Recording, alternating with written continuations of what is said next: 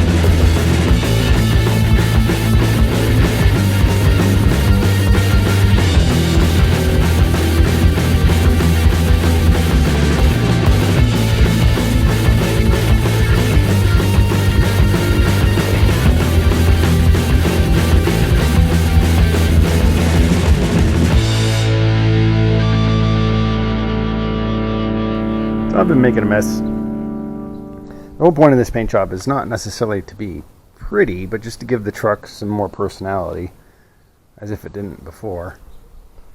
Actually, from far away, it doesn't look bad at all, but if you look close, it's, you know, it's a brush-on paint job with a little bit of roller, and obviously you didn't take off things like mirrors to do it. So that's cool. I like it. I don't want to worry about scratching it. I don't want to worry about denting it. See, we're in progress here. It actually looks really good. Put the satin clear on it after this to lock in the UV protection. But I'm very happy with how this is working.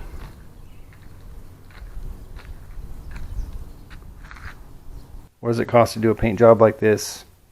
It's pretty darn cheap. I think it was under 200 bucks. I want to say this can of primer was like $50, $40 or $50. Each of these cans were like $15. Then brushes and rollers and stuff like that. Yeah, that's about it. So I did keep my receipt, but it got stained by oil, and so I can't read it anymore. But it was really cheap. I went to Lowe's and I spent like 200 bucks on this stuff. So if you want to have your own rat roddy paint job, this is one way to do it. I basically did one coat of each. I did buffing and sanding. I did some cleaning, not in that order.